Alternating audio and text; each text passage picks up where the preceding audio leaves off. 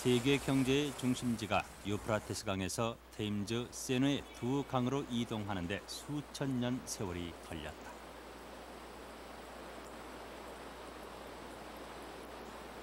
그러나 20세기 초에 그것은 단숨에 허드슨 강으로 옮겨지려 하고 있었다.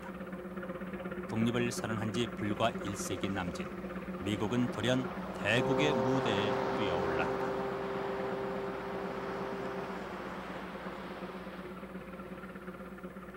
미국은 이민의 나라였다. 신대륙에서는 그들 모두가 평등한 신분이었다. 출발부터 시민사회였던 이 사회의 잠재력은 남북전쟁을 통해 다시 한번 해방됐고 그것이 놀라운 경제적 에너지로 폭발한 것이다. 미국은 이미 세계 제1의 산업국가였으며 미국의 공업 제품들은 어느 나라보다 싼 값으로 생산된다.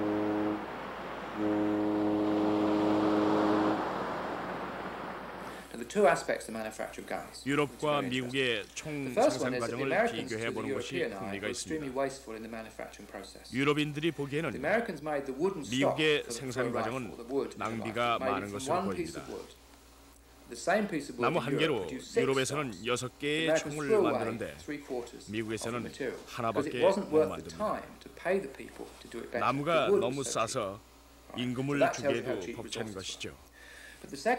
이걸 보면 미국의 자원이 얼마나 쌌는지를 알 수가 있습니다. 이에 반해 노동력은 너무 비쌌으므로 생산 과정을 최대한 간편히 만들었습니다. 그래서 영국이 최대 무역국가인 시절에조차도 어떤 품목들은 미국이 더 싸게 생산을 했습니다. 이런 것들이 미국식 생산 방식이 된 것이죠. 최대의 자본과 최소의 노동력을 들이는 것. 이 방식은 총 따위의 작은 분야에서 제철, 화학공업 등 커다란 분야로 올라갔습니다. 미국식 생산 방식의 두 번째 특징은 부품 교환의 개념입니다. 생산품의 각 부분을 따로 교체할 수 있다는 것이죠. 이것이야말로 어셈블리 라인의 요체입니다.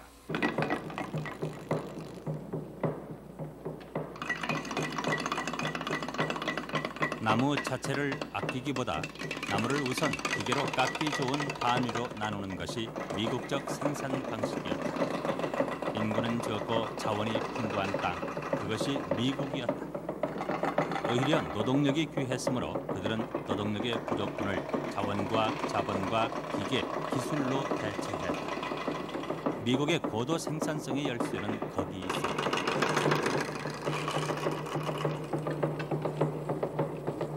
기계적 생산이 되기 위해서는 제품의 표준화와 각 부품의 규격화가 요구됐고 규격화된 부품들은 조립 생산이라는 혁신적 개념을 도입시켰던 것이다. 부품들은 집중 생산하여 그것을 조립하는 것만으로 완제품을 만들어낸다. 노동력과 시간과 비용을 엄청나게 절감해준 이 작업 방식이야말로 대량 생산 시스템의 첫걸음이었다.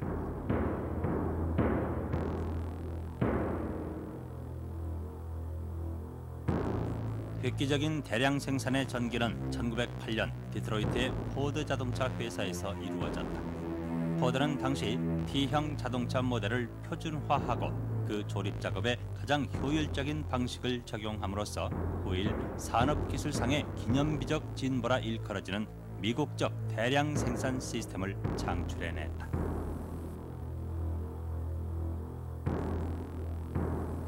그 핵심은 이동조립법. 일에 사람을 가져가는 대신 사람에게 일을 가져간다는 발상이었다. 각기 한 부분의 공정만을 책임진 사람들 앞으로 컨베이어 벨트가 통과하면서 차례대로 차체가 조립되게 한 것이었다. 이른바 컨베이어 시스템. 이를 계기로 미국의 생산력은 비약적으로 확대됐고 제품 가격은 내려가 소위 대중 소비 사회의 출현을 가능케 했다.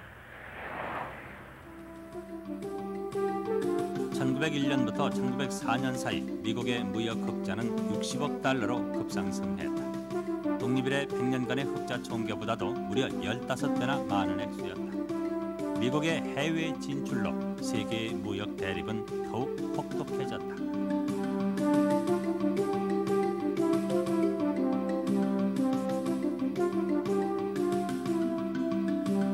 20세기 초 영국, 프랑스, 독일을 중심으로 한 제국주의 열강들에 의해 세계는 분할돼 있었다.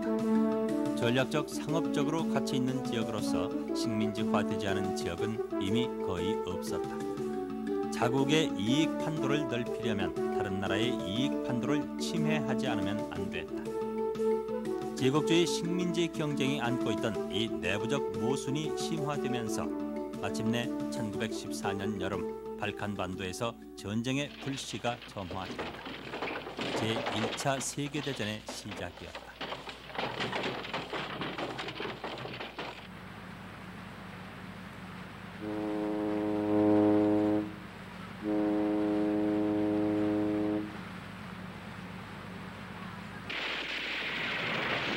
유럽 전역은 일시에 전쟁의 소용돌이에 휩쓸렸다. 전쟁은 생각보다 오래 끌었고 영국, 프랑스가 주축이 된 연합군 측은 장기적인 소비전을 지탱하기 어려운 상태입니다.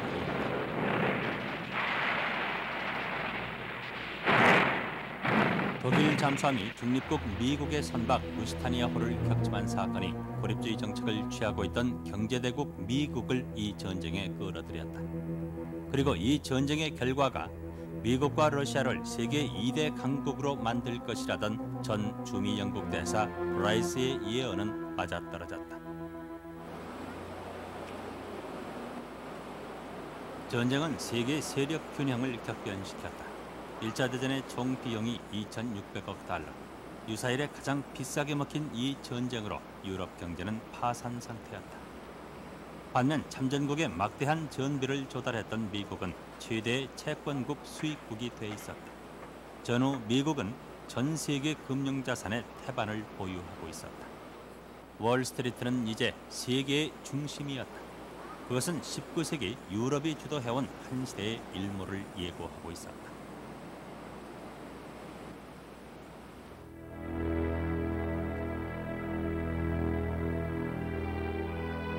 (1차) 대전이 가장 심각하게 작용한 나라는 러시아였다. 당대 러시아에서는 전제정치의 억압과 혹심한 경제공황 속에서 농민과 노동자들이 비참한 삶을 강요당하고 있었다.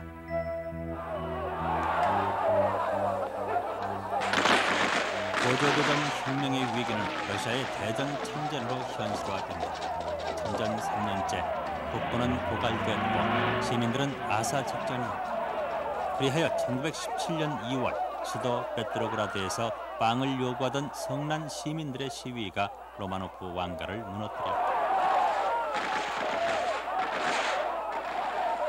그해 10월 레닌의 지도 아래 볼셰비키가 권력을 장악하고 세계 최초의 사회주의 정권이 탄생했다. 자본주의와 사회주의, 20세기를 이끌어갈 두 개의 세계 체제가 출발하는 순간이었다.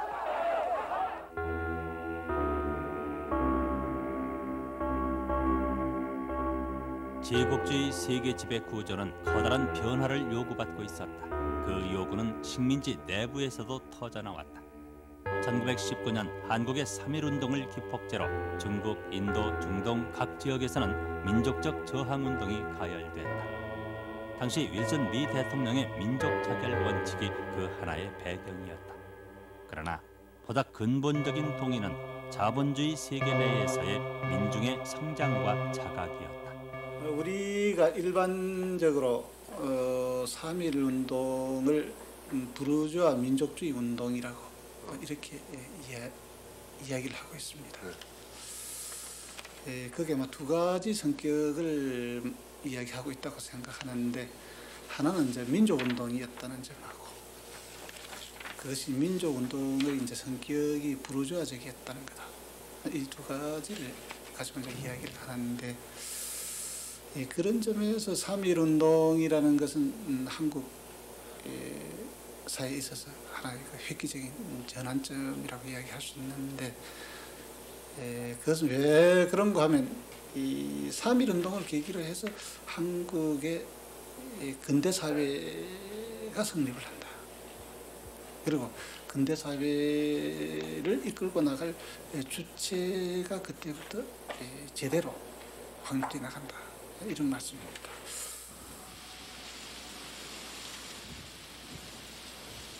조선을 지배하고 있었던 것은 일본 자본주의였다. 그 침투는 개항과 함께 시작됐다.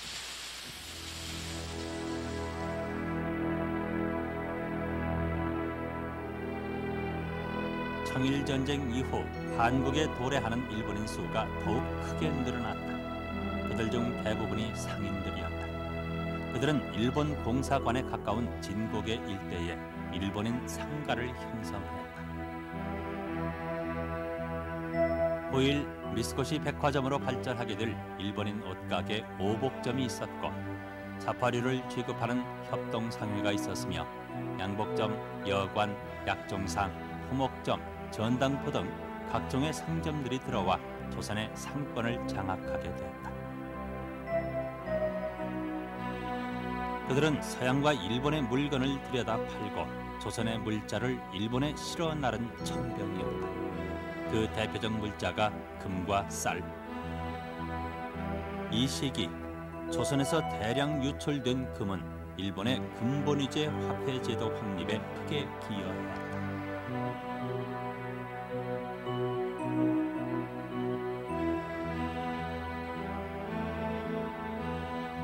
조선에 진출한 일본 은행들이 일본인 상업 자본을 지원했다. 광교통에 세워진 최초의 근대적 조선인 금융기관 한성은행, 대한천일은행 등은 그에 대응한 조선 상인들의 자구책이었다.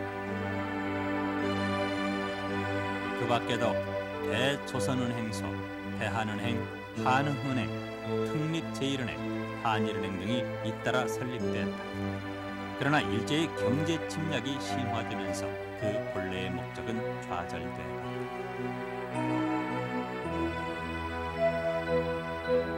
종로통 유기전을 비롯 독점의 특권을 누리며 보호받아온 시전의 전통 상인들에게는 개항이 큰 타격이었다. 그러나 이 시기에 더 많은 부를 축적한 상인들도 생겨났다. 토목상 백윤수, 박승직 같은 이들이 그러했다. 그들은 이 시대의 변화에 적극적으로 편승, 일본 상인들과 같이 영국산, 일본산의 면포를 수입해 팔므로써 전통 상인들이 걸어간 몰락의 길과는 정반대의 길을 걷게 됐다.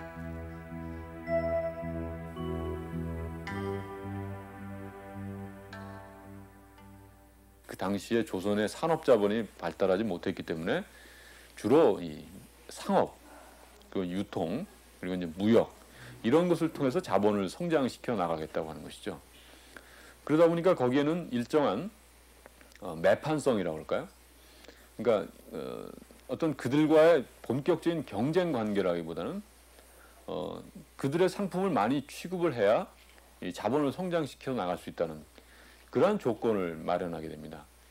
이때 오래전부터 그 특권 상인들이라고 할 수 있는 사람들은 바로 이제 그런 상권을 빼앗기지 않기 위해서, 그러니까 소위 이제 상권 침탈을 막기 위해서 일종의 이제 그 특권 상인들을 보호해서 그들이 중심이 되어서 이제 그 상업 자본을 이제 확대시켜 나간다 이런 생각을 했는데 이것 자체가 결국은 그 일본의 입장에서는 그것을 빨리 해체시켜야만 일본의 어떤 상업 자본이 또는 이제 그 상인 자본이 침투시켜 나갈 수 있는 거죠. 침투해 나갈 수 있기 때문에 그것을 계속적으로 이제 해체시켜 나가려고 하는 그런 갈등을 갖게 됩니다. 그 한날의 전통 상인들을 결정적으로 도산시킨 것은 1905년 보호국 체제 하에서 이루어진 화폐 개혁이었다. 그것은 조선 경제를 식민지적으로 종속 재편하기 위한 예비 조치였다. 신고 화폐 교환 과정에서 금융 공황이 발생하고 파산자가 속출한다. 조선 정부의 재정 기초는 빼앗기고 일본의 제1은행권이 조선의 법화로 문서화됐다. 제1은행권, 그 돈에는 시부사와 에이치의 얼굴이 새겨져 있다. 그는 조선의 개항장에서 최초로 사설 제1은행을 설립했을 뿐 아니라 1904년에는 조선 흥업을 창업, 조선 내 토지 수매에도 앞장섰다.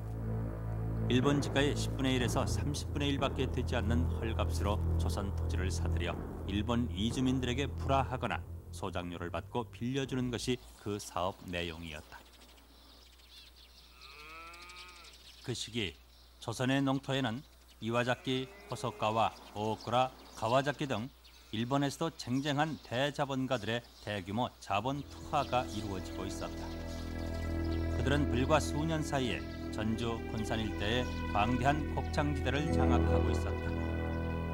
고일 동양척식회사와 총독부 토지조사로 이어지는 이 토지 수탈 사업이야말로 조선에 있어 농촌의 성장을 원천적으로 가로막은 것이었다.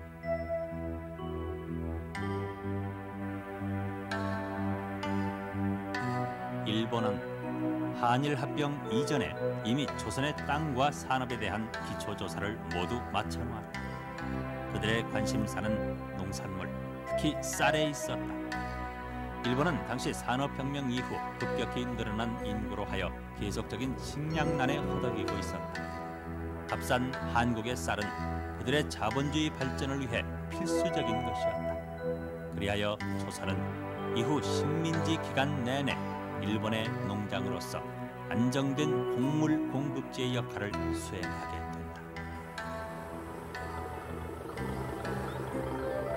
개항기부터 일본으로 쌀을 실어 나르던 항구들이 조선에서는 가장 빠른 변화를 겪었다. 한적한 어촌에 불과했던 지역에 일본의 관청과 기업들이 들어서고 수출입 업무에 관련된 상인 노동자들이 모여들면서 큰 도시가 형성된 것이다. 전통적 농업 사회는 급격히 해체됐다. 식민지 초기 10년 만에 조선은 이미 재정, 금융, 화폐, 토지 소유 관계 등이 모두 자본주의적 원리 속에 운영되게끔 변형돼 있었다. 그 농토를 위주로 해서 살던 사람들이 개항이 되면서 이 지주와 그 양반 상인 간의 그 차이를 해소시키기 위해서 그렇게 압박과 선 밑에 사는 것보다는 그 목포로 나가면은 정말 가대기꾼 정말 지게꾼을 해더라도 충분히 먹고 산다. 이래서 사람들이 모아지기 시작했습니다. 그러면 개항 전에는 약 100여 세대만 살았는데 개항되고 난 뒤에 6년 만에 인구가 무려 5만이 넘었습니다.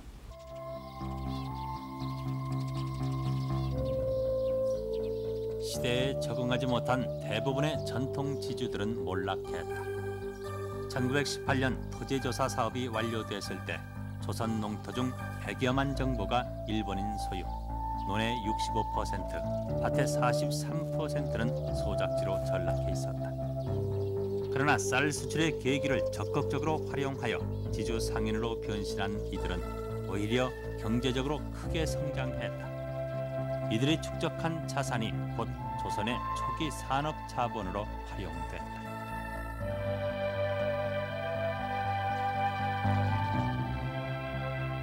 최초의 민족 기업이라 일컬어지는 경성방직. 1919년 3.1운동 이후 조선의 경제 독립을 목적으로 김성수가 주동한 이 회사 설립에는 호남의 김기중, 김경중, 경주 최준, 부포 윤상은 등 지방 대지주들이 대주주로 참여하고 있다. 1920년 회사령 철폐와 더불어 상투 틀고 갓쓴 이런 이들이 근대 한국의 새로운 계층 자본가들로 등장한 것이다.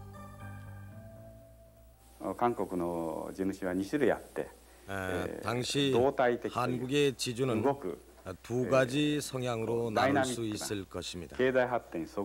하나는 경제의 변화에 따라서 다이나믹하게 개혁해가는 지주와 또 하나는 개혁에 관심이 없는 지주입니다. 중매는 개혁적으로 경영을 합리화한다든지 하는 지주는 일본의 지주들 뿐인 것으로 알려져 왔습니다. 잘 보면 한국인 지주 중에도 그러한 개혁적인 지주가 있다는 거죠. 한국의 개혁적 지주는 어떤 의미에서는 포섭이라고 할까요? 조선의 식민지 체제를 받쳐주는 요인이 되었다고 생각합니다. 1차 대전기의 한국은 일본처럼 경기가 좋아집니다. 거기에 쌀값도 비싸지니까 한국인 지주 중에서 자본을 축적하는 사람이 생겨납니다. 그들이 1920년대 약간의 중소기업의 공업화에 돈을 투자하거나 합니다. 그래서 1920년대부터 한국의 초기 공업이 시작되는 거죠.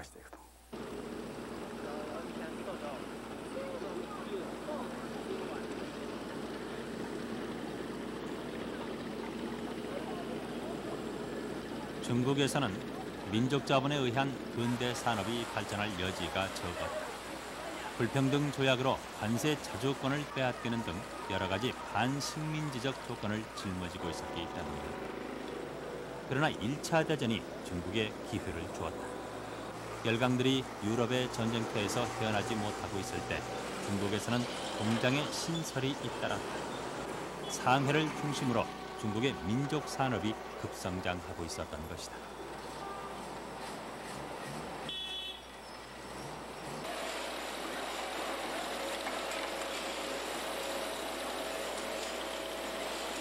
(1914년에서) 1919년 사이 중국에서 민족자본의 투자 총액은 2배로 늘어난다. 참전으로 유럽 제국들이 더 이상 중국 수출을 계속할 수 없게 돼 외국 상품 유입이 줄어들었기 때문에 강적, 제분, 성냥, 담배, 비누 같은 경공업 분야가 이 시기 민족산업으로 크게 발전한다.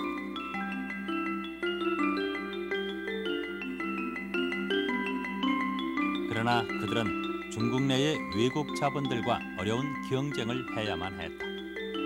외국 자본은 철강, 석탄, 기계 등 중국 기간 산업의 대부분을 장악하고 있었고 경공업에서도 우위를 차지하고 있었다. 민족산업 발전과 함께 중국 내부에서는 자신들이 놓인 이 열악한 상황에 대한 민족적 자각 또한 커져가고 있었다. 1898, 청일 전쟁이 끝난 3년 후인 1898년 중국에서 서구 제국주의 국가들이 제일 기승을 부리던 시기였습니다. 산둥은 독일이, 만주는 러시아가, 남부지방인 광둥은 프랑스가 차지했습니다. 그 결과 중국에서 제1차 세계대전 때까지 거대한 민족주의를 야기시켰습니다. 20세기 초까지의 중국의 내부 운동은 계속 실패를 했지만 서구 국가들은 불안을 느꼈습니다. 그 이유는 만약 중국 국민과 그 정부가 힘을 합할 경우 자신들에게 큰 위협이 되리라 보았기 때문입니다. 서구는 중국으로부터 약간 물러났었는데 그것은 일본 때문이 아니라 중국 내부 민족주의와 반란 때문이었습니다. 서구는 무언가 중국식의 위험한 일이 일어날지 모른다고 생각을 했던 것이었습니다.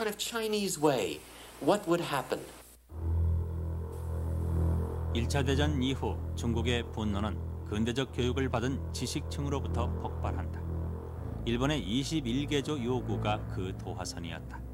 1919년 5월 4일 천안문 광장에서 북경 대학생을 중심으로 벌어진 격렬한 반지국주의 시위는 이후 중국 전역에 폭풍처럼 퍼져나갔다.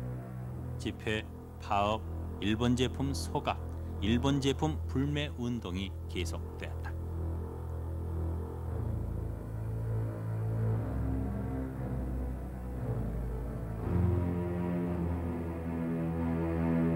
일본은 대전 중 힘의 공백을 틈타 산둥성을 무력 점령하고 중국 대륙에서 일본의 독점적 이익을 보장하는 21개조 요구를 관철시켰다.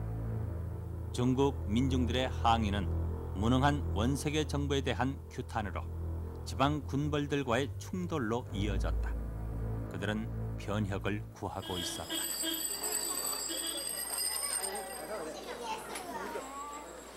오사운동의 과정에서 정치 무대의 선두 세력으로 떠오른 것은 노동자들이었다. 당시 노동자 수는 200여만 명. 장시간 저임금 노동의 가혹한 조건에서 시달리고 있던 그들 존재가 중국에서 사회주의의 성립 유호권을 만들고 있었다.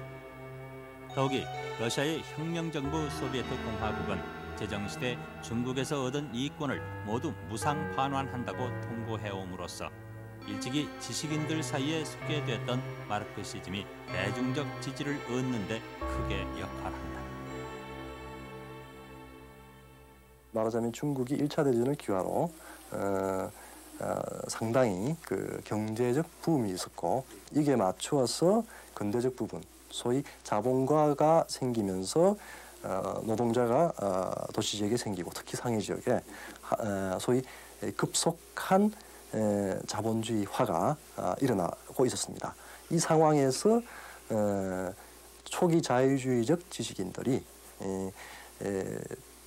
반제국주의를 보다 정치적으로 조직하기 위해서 공산주의의 그 이념과 정치 그 교리에 빠져들었고 그 1차 대전 이후 급속히 중국의 그 세력을 부식하고 있었던 일본 제국주의에 대항하는 소위 대단히 민족주의적인 성격을 띠게 되었고 이것을 저변에서 받쳐준 것이 바로 중국의 수많은 농민이었다고 할 수 있죠.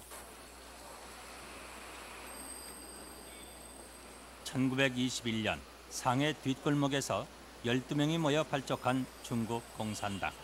처음에는 그들도 도시인 노동자 중심으로 지지층을 형성했으나 차츰 농민 쪽으로 기반을 옮겨갔다. 당시 중국 인구의 90%가 농민이었다. 모택동이 주창한 농민혁명론은 그러한 중국적 상황에서는 혁명의 원동력이 농민 속에서 나올 수밖에 없음을 간파한 것이었다. 군벌들의 횡포와 제국주의 상품 경제의 침투로 농촌은 황폐할 대로 황폐했다. 그들 농민을 기반으로 세력을 넓혀가던 공산당은 1924년 손문이 이끄는 국민당과 합작한다. 제국주의 국가들과 봉건 군벌들을 몰아내고 통일된 근대 국가를 세워야 한다는 동일한 목표가 그들을 같이 묶었고 함께 국벌을 간행케 했다.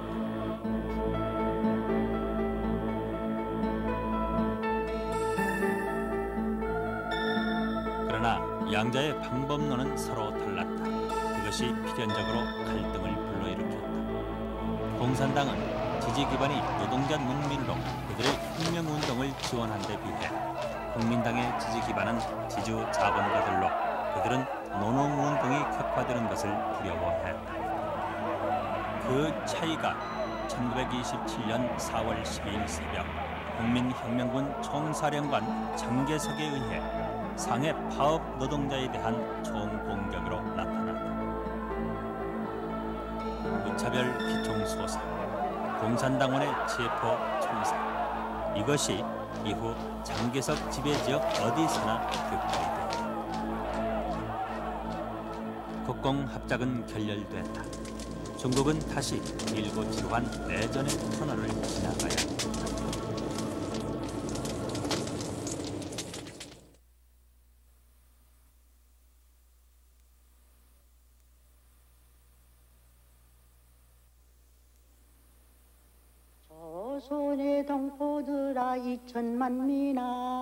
그 방법론의 갈등은 식민지 조선에서도 마찬가지였다.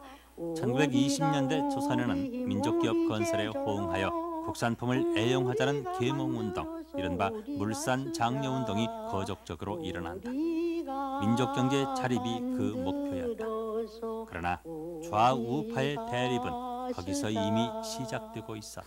이 물산장려운동이 진행되는 그 23년경에 이르게 되면 전체적으로 전국의 많은 청년애들이 사회주의 운동 쪽으로 방향을 전환하게 됩니다. 그러면서 오히려 그러한 물산장려운동의 한계를 지적하고 물산장려운동의 반기를 들고 나오는 그런 곳까지 나오게 되는 것이죠. 식민지 하에서의 민족자본의 육성이라는 것은 근본적으로 불가능하다. 물산장려운동이라는 것은 민족 자본가들이 자기 자본을 키우기 위한 하나의 자구책으로서 진행하는 운동일 뿐이지 그것이 어떤 민족 운동으로서의 성격을 갖는다고 보기에는 어렵다. 하나의 그 유산 계급의 자기 이익을 위한 운동이다. 이런 비판까지도 당시에 많이 나왔던 것입니다. 좌파의 비판은 이러했다. 생산 구조가 일본 자본주의에 종속되어 있는 마당에 물산 장렬한 소비 촉진 운동일 뿐이며 일본과 소수 자본가의 이윤을 늘려주는 운동에 불과하다. 그 원천적 한계를 인정하면서도 나경석 같은 이는 이 운동의 뜻을 조선인이 죽음을 면하기 위한 것이라 옹호했다. 즉 조선인의 면사주의라는 것이다.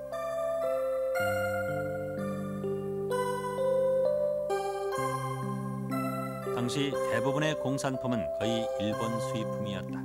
면직물 역시 국내 총 생산량이 턱없이 모자라 수요의 70%를 수입에 의존하고 있었다.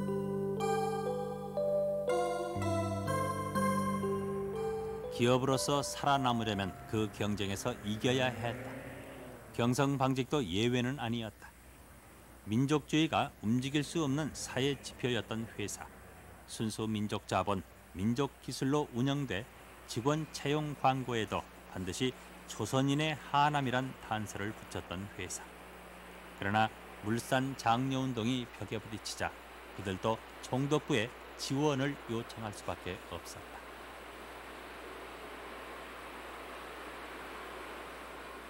그래서 대자본을 중심으로 해서 민족 자본을 육성하자고 이렇게 생각했던 사람들은 이 물산장려운동이 일단 실패로 끝나게 되니까 총독부 측에 대해서 다시 말해서 민족 감정이 호소해서 아무리 물산장려운동을 추진해 보았지만은 그것이 이제 별 효용이 없기 때문에 다시 한번 총독부 측에 대해서 지원을 요구하게 됩니다. 그래서 보조금을 달라 혹은 관세 장벽을 다시 높여달라 이렇게 요청을 하게 되는데 총독부 측에서는 그때 가서는 이 물산장려운동이 이미 반일운동의 성격을 지니지 않는다라고 판단하고 그들에 대해서 일정한 지원금을 교부하게 됩니다. 예를 들면은 경성방직 같은 경우가 가장 대표적으로 그런 지원금을 받은 회사라고 하겠고 총독부 측에 점차 타협적인 방향으로 나가게 됐던 것이고 거기에서 그들은 정치적으로도 상당한 타협적 성향을 보이면서 자치운동의 방향으로 나가게 되는 거죠. 그래서 독립이 아닌 다만 자치권만이라도 달라라고 하는 그런 자치운동으로 나가게 되는 것이고 반면에 중소자본을 중심으로 하는 입장에 섰던 사람들은 그런 자치운동에 반대하고 여전히 비타협적인 입장을 고수하면서 독립운동을 해야 된다 하는 입장에 섰던 거죠. 그런 계열에 섰던 사람들은 여전히 물산장려회를 고수를 했고 또 한편에서는 사회주의자들하고 손을 잡고 자치운동에 반대하면서 신간회라고 하는 조직을 만들게 되는 것입니다.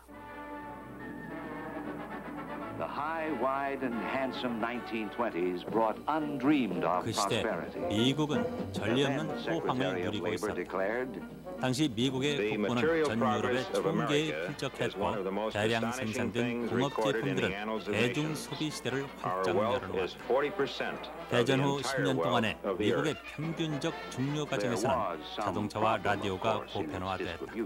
전기 청소기, 전기 세탁기 같은 전기용품들이 널리 사용됐고 매주 5천만 명이 영화관을 찾았으며 150만 명이 주식에 손대고 있었다. 그러나 당시 각국에 만연하던 보호무역의 기류 속에 과잉 생산은 출路를 찾지 못한다.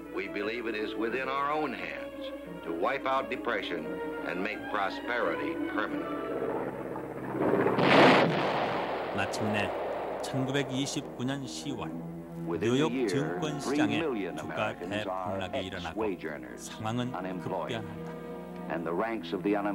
최초 몇 년 내 5천여 개 은행 도산, 총 노동인구의 4분의 1에 달하는 1,300만 실업자 발생, 대외무역 80% 감소, 그리고 미국에 거의 의존하고 있던 전후 허약한 세계 경제는 일시에 대공황에 빠져들었다. 루즈벨트 대통령은 불황 타겟책으로 뉴딜 정책을 추진했다.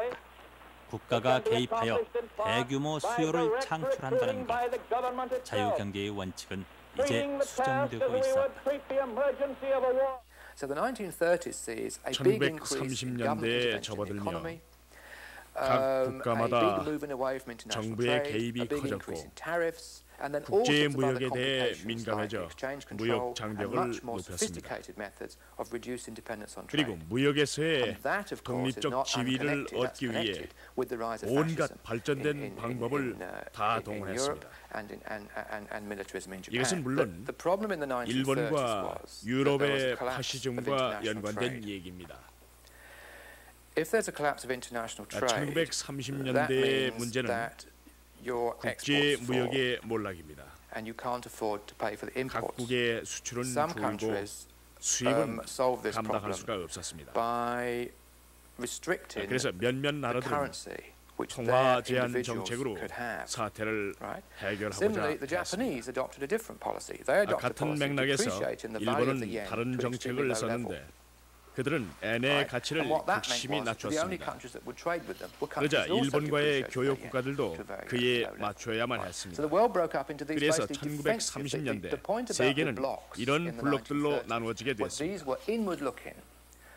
한 블록에 묶인 후엔 그 위의 나라들과의 교역은 어려워지게 됩니다.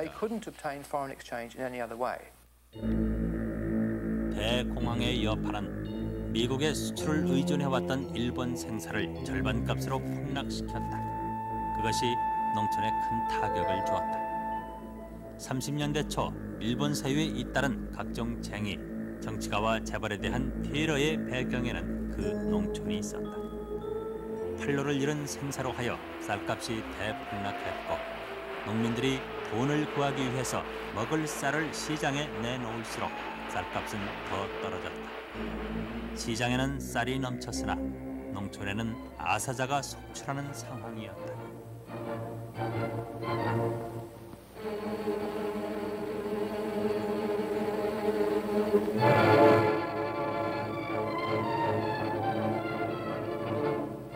(1931년 9월 18일) 밤 일본의 관동군은 만주 땅 봉화 교유에서 스스로 철로를 폭파하고 있었다.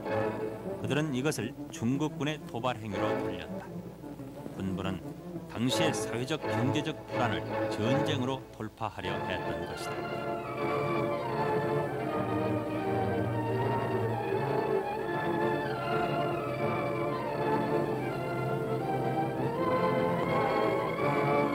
선전포고도 없이 돌입한 전쟁. 만주 사변은 관동군이 만주 전투를 점령하고 괴뢰 정권인 만주국을 세워 독립을 선언하는 것으로 끝난다. 그것은 이후 1945년까지 계속되는 아시아 침략 전쟁의 불길한 서곡이었다. 그리고 또한 그것은 일본 군국주의의 확실한 시작이기도 했다. 관동군의 만주 사변 감행 결정은 일본 육군 중심부로부터 지지를 받았고 세계에서도 결국은 찬성을 하게 되는데 이를 보면 일본 내부의 경제 문제 때문만이 아니라 일본 경제와 만주 사이에 얽혀있는 관계가 있었다는 것입니다. 그런 생각에서 다소 조사를 해보았습니다만 가장 큰 문제는 중공업의 실태였습니다. 일본은 산업혁명이 끝난 1907년 당시 중공업화를 했다고는 하나 아직도 상당히 미약한 상태였습니다. 세계적인 제국주의 국가로 발전하려면 중공업을 좀 더 발전시키자면 안 되었습니다. 이 경우에 철광이나 석탄 혹은 석유 등의 지하자원 조달이 문제였습니다. 요즘 같으면 수입을 하면 되는 문제였습니다만 당시의 제국주의 체질론 어딘가 독선적으로 지배할 수 있는 장소를 만들자고 생각을 하게 됐던 것입니다. 그런 연유가 있었기 때문에 관동군의 독주라고 불리웠던 행위를 결국 일본 정부도 정계도 백업하게 된 것이니까요. 또한 동시에 그 만주의 광대한 평야가 손에 들어오면 농촌 문제까지 한꺼번에 해결되리라 생각했던 것 같습니다.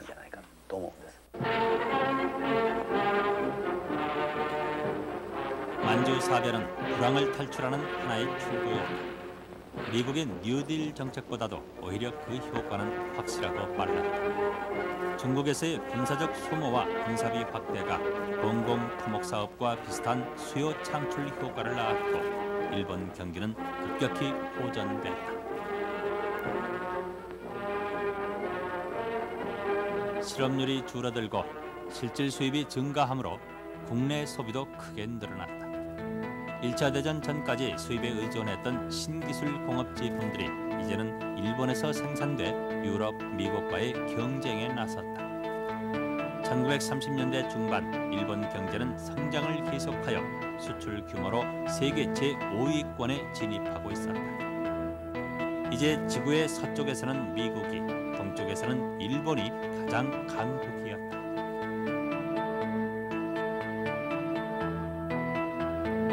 만주 사변은 일본을 국제사회에서 고립시켰으나 일본 국내에서는 고조된 분위기 속에 극우적 국가주의 열풍이 몰아치고 있었다. す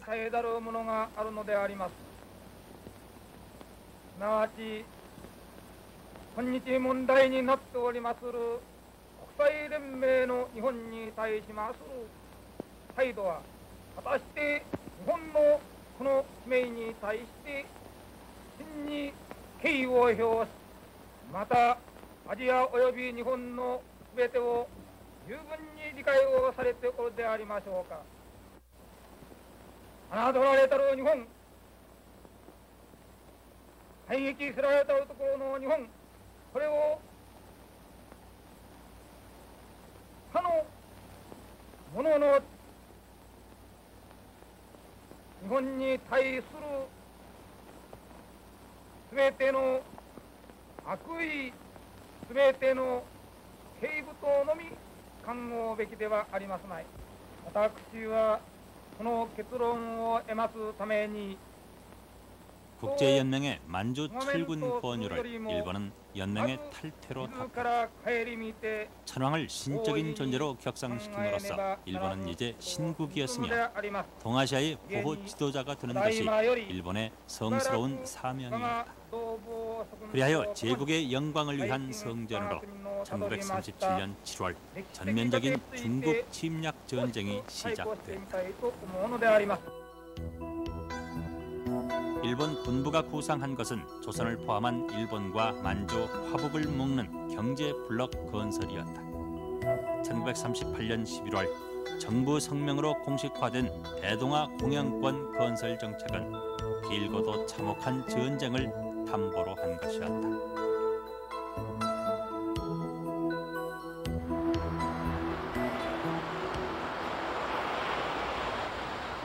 조선은 중국과 인접해 있는 땅이었다. 중국 침략 전쟁의 군수물자를 여기서 조달한다면 일본은 나태한 수송비를 절감할 수 있었다. 대륙 병참지지의 필요성이 이 시기 조선의 급진적인 공업화를 이루게 했다. 약간의 방직 공장이 산업의 대종이었던 조선에 1930년대 이후부터 수력 발전소가 세워지고 대규모 중공업 공장들이 들어서기 시작했다. 전기, 화학, 금속 등 전시 공업이 그 중심이었다.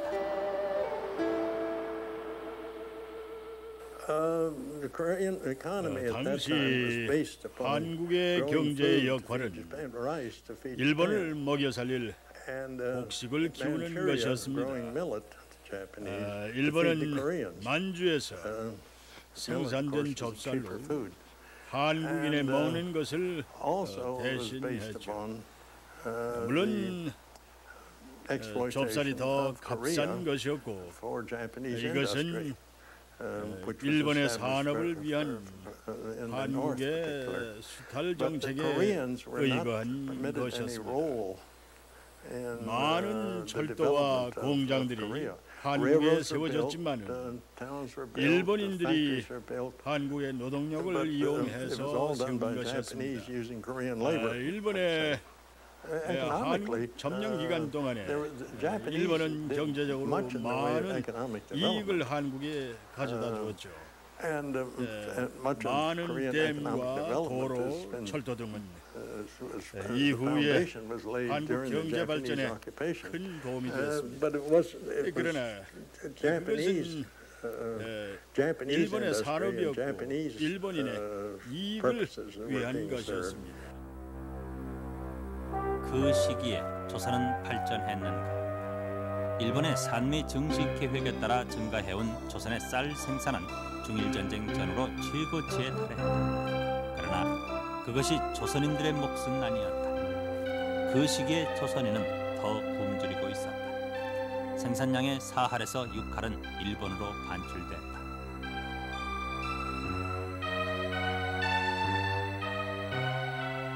쌀 대신 일본산 공장제 면포가 대량 수입돼 전통 면포 시장을 잠식했고, 만주에서는 잡곡이 수입돼 조선인의 부족한 식량을 메꾸었다. 조선의 산업 투자가 이루어지면서 도로율은 계속 확장됐다. 중공업화를 계기로 발전량이 급속히 늘어나며 1910년대에 이미 조성된 기간 철도망도 더욱 연장됐다.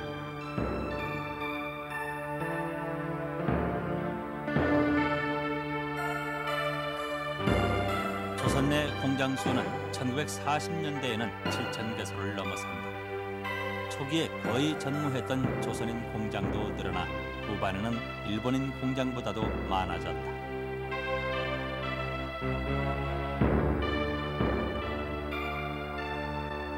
그러나 총 자본금 규모를 대비해 볼 때 초기에는 조선인 자본이 20%, 일본 대자본이 대거 투하된 후기에는 그나마 점차 줄어 고작 10% 정도에 지나지 않는 영세성을 보여준다. 조선 공업화의 지렛대는 일본의 유수한 재벌들이었다. 3대 재벌인 미쓰이, 미쓰비시, 스미모토를 비롯해서 노구치, 닛산, 토요보 등이 만주 사변을 전후해서 적극적으로 조선 땅에 진출했던 것이다. 그 중에서도 조선 공업에서 절대적 비중을 차지한 것은 노구치계였다. 당시 노구치계 일본 질소회사 직원으로 조선에 파견됐던 사람들. 아직 생존해 있는 그 몇몇의 기억 속에 일본 질소의 조선 공장은 엄청나게 큰 것이었다. 일본 질소가 함경남도 흥남에 세웠던 것은 비료와 화약을 생산하는 대단위 공업단지였다. 여기서 생산된 물량이 일본 내 총 생산량의 3분의 1을 넘었다. 자본과 설비 기술은 일본 것이었고 노동은 조선인이 제공했다. それは約3万人 흥남 공장의 全部 전 직원은 4만 1,000명에서 2,000명가량이었습니다. 그중 조선인 노동자는 약 3만 명이었습니다. 일본 질소 전체의 한국인은 약 10만 정도 됩니다. 임금 차이는 심했습니다. 일본인은 일본에서 데려오지 않으면 안 되었고 조선에 오면 수당이 나와 일본에 있는 것보다 훨씬 많이 받았습니다. 조선인은 해당이 안 되었고 그밖에 기술 능력에 상당한 차이가 있었습니다.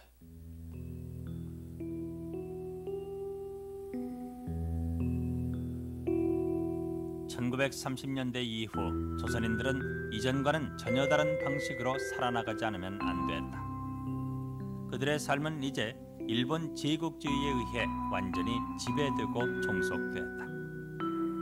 1937년을 경계로 조선의 전 산업 생산액에서 공산물 비율이 농산물을 능가하고 중공업 비율이 경공업을 능가하게 됐으나, 그러나 조선의 이 자본주의적 발전은 일본 자본이 장악했으며 일본 경제를 확장시키는 것일 뿐이었다.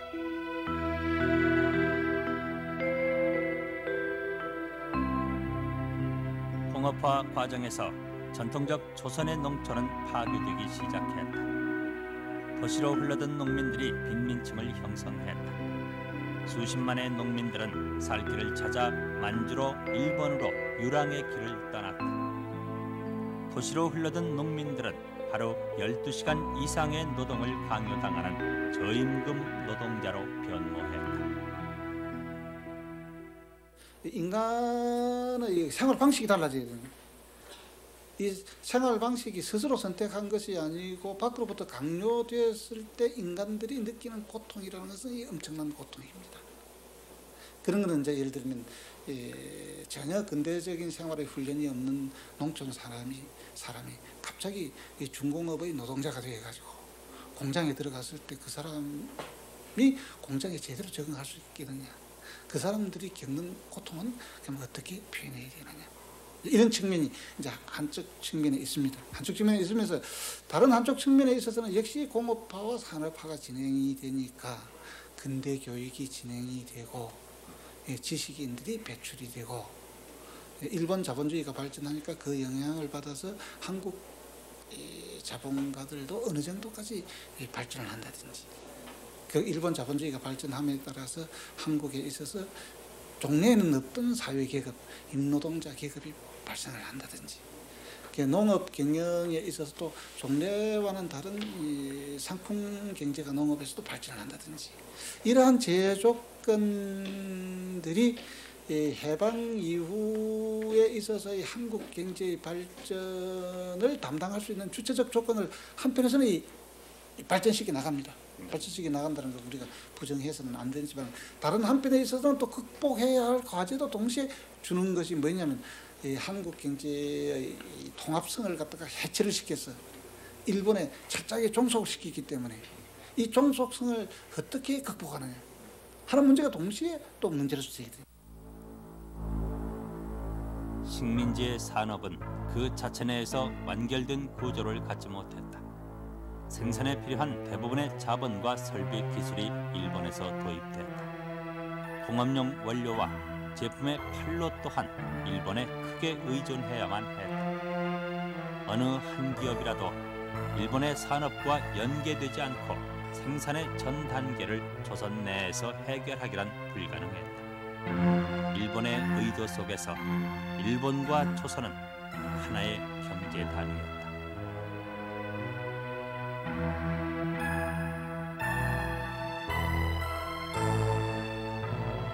식민지적 예속 구조 속에서는 민족 기업이 끝내 민족 기업으로 자립할 수 있는 터전은 없었다. 대표적 민족 대자본이었던 경성방직 역시 1930년대 말 마침내 일장기를 내걸었고 일본 점령하에 남만주까지 진출했다. 이윤을 추구해야만 존재할 수 있는 것이 기업이었다. 그리고 당시 그 이유는 일제의 지배 체제에 편승하지 않고는 얻어질 수 없는 것이었다.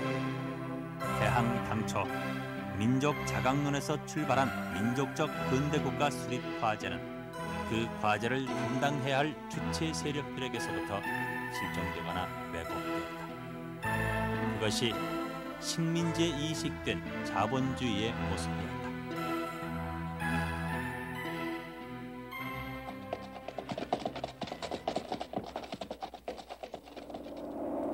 한 나라의 운명 뒤에는 세계가 있었다. 그리고 그 세계를 끊임없이 움직이며 가장과 충돌을 만들어내는 공통인 경제이다. 한중일 삼국은 각각 다른 방식으로 그 세계를 이끌고 있었다. 조선은 식민지의 창으로, 중국은 사회주의의 가능성으로, 일본은 군사적 모험주의로. 그리고 그 군사적 모험주의는 또 다른 역사의 파장을 만들어낸다. 대동아 공영권의 고상은 1200만 명의 중국인을 죽였으나 일본은 그 중국 전선에서 무한 소모전의 구렁텅이로 빠져들었다. 그러나 전선은 동남아로 확대되고 미국과 유럽의 경제 봉쇄 정책에 대해 진주만 기습이 감행된다. 그것은 국가 이성을 상실한 전쟁이었다. 그 전쟁은 막대한 희생만을 요구했다. 점령지 국민들뿐만 아니라 일본 국민들의 굶주림과 피와 눈물까지. 아시아인의 공존 공영이란 구호는 결국 허구에 지나지 않았다. 지금까지 내가 들어본 말 중 가장 혼란스러운 말은 바로 이것인데, 1930년대 일본의 한 장군이 한 말입니다. 우리가 전쟁에 나가는 것은 적을 응징하기 위함이 아니라 가족 친척과 같은 차원에서, 즉 큰형이 막내의 잘못을 바로잡아주는 목적으로 나가는 것이다. 저는 아주 미친 발상이라고 생각합니다. 일본이 우린 중국이 몹시 싫다. 그들은 퇴보적이고 우린 그들을 지배하련다. 라고 말했다면 저는 받아들일 수가 있습니다. 그러나 일본이 중국의 큰형이라는 생각, 이것이야말로 일본이 미친 상태였음을 보여주는 것이죠. 동아시아의 그 어느 국가도 일본이 자신의 큰형이라고 생각하진 않았습니다. 나는 동생이니까 가서 형을 혼내줘야지 이렇게 생각하는 국가도 없었습니다. 일본은 서구의 눈으로 사물을 바라보고 있었던 것입니다. 우리는 서구인인가 아시아인인가 하는 무릎, 중국에 대한 존경의 상실, 제국주의 세력의 확장, 한국에 대한 존중심의 상실, 이 모든 것이 일본이 자기 자신에 대한 존중심도 잃어가는 것을 보여주는 것입니다.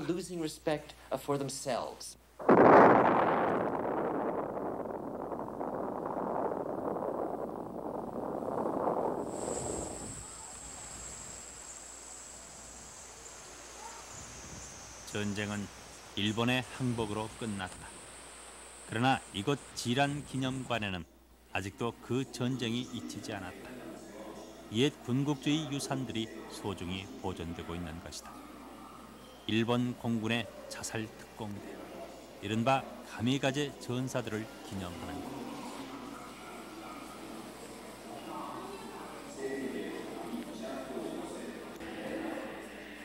그들에겐 단 한 번의 출격이 곧 죽음이었다.